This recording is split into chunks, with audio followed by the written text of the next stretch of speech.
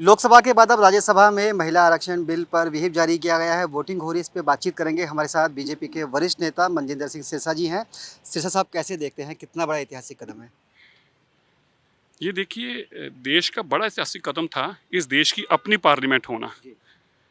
क्योंकि डेमोक्रेसी एक बहुत बड़ा स्तंभ है और वो स्तंभ खुद का हो, उस स्तंभ में कुछ बात ही और है।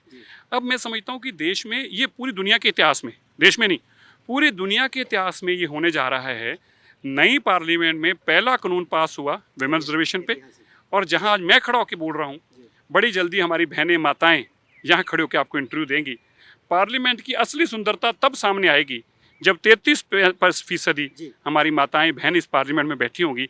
तब पूरी दुनिया को पता चलेगा हम कितनी दूरंदेशी सोच के लोग हैं। ये ताकत विमेन को देने का काम पूरी दुनिया ने अगर किया है तो भारत के प्रधानमंत्री नरेंद्र मोदी जी ने और भारत के 125 करोड़ लोगों ने दिया है। जी, विपक्ष ने भी इस मुद्दे पर आपको खुलकर अपना साथ दिया। सोनिया गांधी ने भी कहा, सीना ठोक के बोली कि मैं भी इस बिल पर साथ हूँ।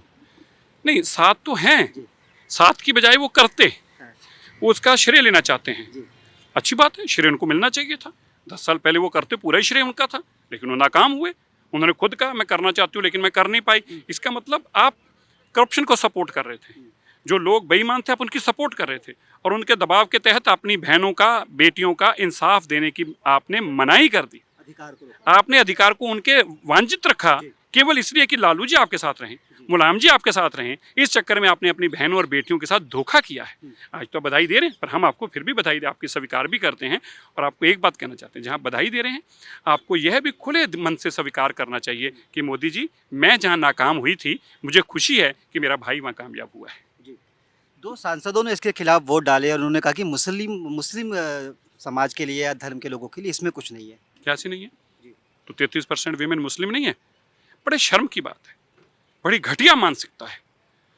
जहर उगलते हैं, अपने बच्चों को जहर के हवाले करते हैं।